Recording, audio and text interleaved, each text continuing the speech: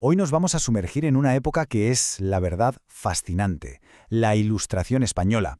Pensemos en un momento de ideas súper brillantes que de repente chocan de frente con las tradiciones más arraigadas. Y todo esto lo vamos a ver a través de los ojos de una figura que fue, de verdad, extraordinaria. Y para pillar bien el espíritu de la época, creo que no hay nada mejor que esta frase de Kant, sapere audi, que viene a ser atrévete a saber. Ojo, porque esto fue como el grito de guerra de toda la Ilustración. Era un movimiento que ponía la razón y el conocimiento por encima de todo, como las herramientas para sacar a la humanidad de lo que el propio Kant llamaba su autoculpable minoría de edad.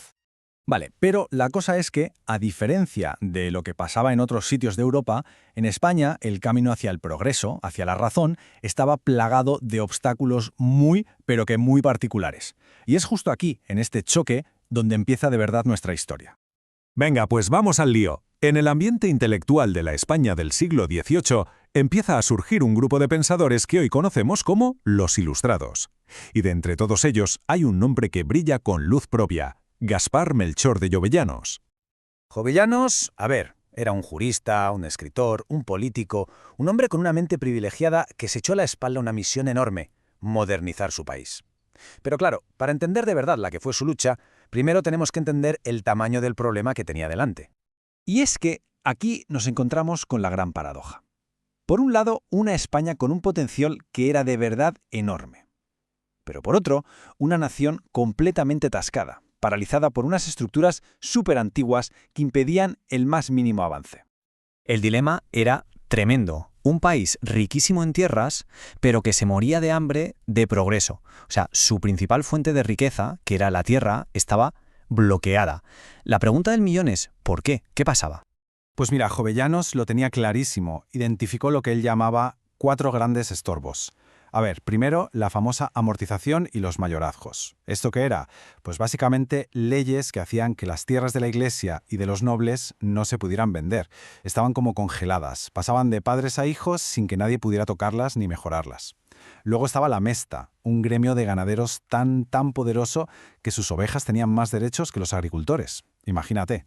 Y por si fuera poco, un caos de leyes que se contradecían entre sí y que hacían imposible cualquier negocio. De todos estos problemas, quedémonos con el concepto de amortización, porque es clave. Es como si la mayor parte de las casas de un país no se pudieran ni comprar, ni vender, ni alquilar, ni reformar, nada. Estaban, como se decía entonces, en manos muertas. Y claro, esto no es que frenara la economía, es que la paralizaba de raíz. Entonces, ante un problemón tan gigantesco y estructural, ¿por dónde se empieza a tirar del hilo? Bueno, pues Jovellanos tenía una respuesta muy clara. Y sorprendentemente, no empezaba por la tierra, no, empezaba por las mentes de la gente. Y esta frase suya lo dice todo. Es la clave de su pensamiento. Para él, la educación no era algo secundario, un lujo, era el motor, el único motor posible para el progreso del país. Estaba convencido de que sin conocimiento, sin una buena instrucción pública, un país no podía ir a ninguna parte. Y lo mejor es que no se quedó solo en palabras, pasó a la acción. Su gran proyecto, su niña bonita, fue el Real Instituto Asturiano. Y ojo, con un plan que era totalmente revolucionario para la época. Primero, fundarlo lejos de las universidades de siempre, que él veía como ancladas en el pasado. Y segundo, enseñar ciencias útiles, cosas prácticas como matemáticas, mineralogía o náutica, cosas que sirvieran para algo, para explotar, por ejemplo, las riquezas del país, como el carbón que había en su Asturias natal. De hecho, el lema del instituto lo clava: quid verum quid utile, o sea, lo que es verdadero, lo que es útil. Buscar la verdad con la razón, sí, pero siempre con un objetivo práctico. Que sirva para algo, que genere riqueza y bienestar para la nación. Pura filosofía de la Ilustración. Pero claro, mover tanto el árbol, proponer ideas tan rompedoras, eso no sale gratis. Y aquí es donde la historia de Jovellanos se pone seria, da un giro dramático, porque sus ideas lo pusieron en rumbo de choque directo con la gente más poderosa del reino. Fíjate qué rápido fue todo, su ascenso y caída vertiginosos. En 1797 parece que llega a la cima, lo nombran ministro de Gracia y Justicia. Pero la corte de entonces era un avispero de intrigas, y en apenas 9 meses, ¡zas!, lo destituyen, y el golpe de gracia llega en 1801, cuando lo arrestan de madrugada y se lo llevan preso. 7 años encarcelados sin ni siquiera un juicio.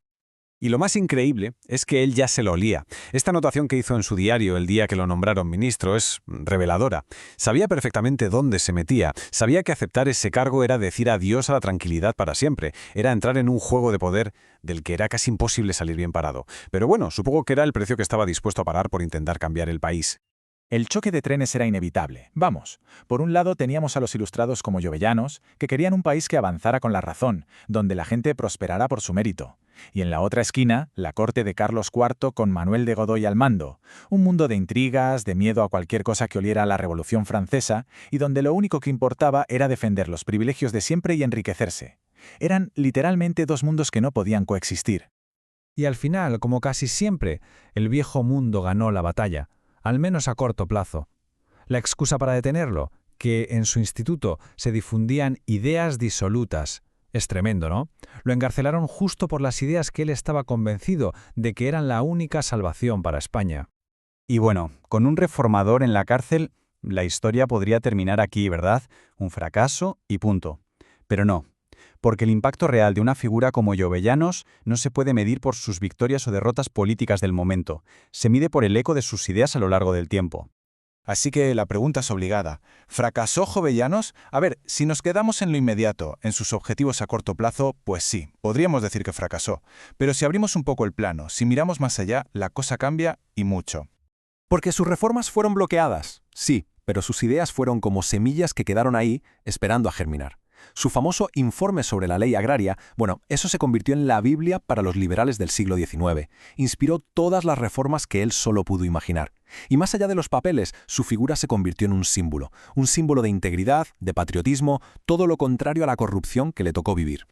Hay una reflexión del filósofo Julián Marías que me parece muy buena, aunque un poco triste.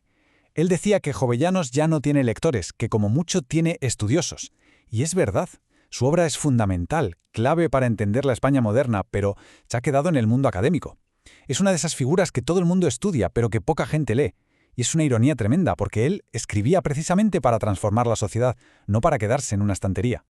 En resumen, Jovellanos fue un visionario, de eso no hay duda. Un hombre que pensaba en una España que todavía no existía. Y aunque no pudo poner ni un solo ladrillo de esa España moderna con la que soñaba, lo que sí hizo fue dibujar los planos. Dejó el proyecto listo para que las generaciones futuras, tarde o temprano, pudieran construirlo. Y con esto terminamos, con una última reflexión que nos deja su historia. Nos enseña el abismo que a veces hay entre tener una idea brillante y poder llevarla a la práctica. Y nos hace pensar, ¿qué hace falta realmente? ¿Paciencia, perseverancia, quizás un golpe de suerte? ¿Qué es lo que se necesita para que una idea visionaria, al final, deje de ser un sueño y se haga realidad?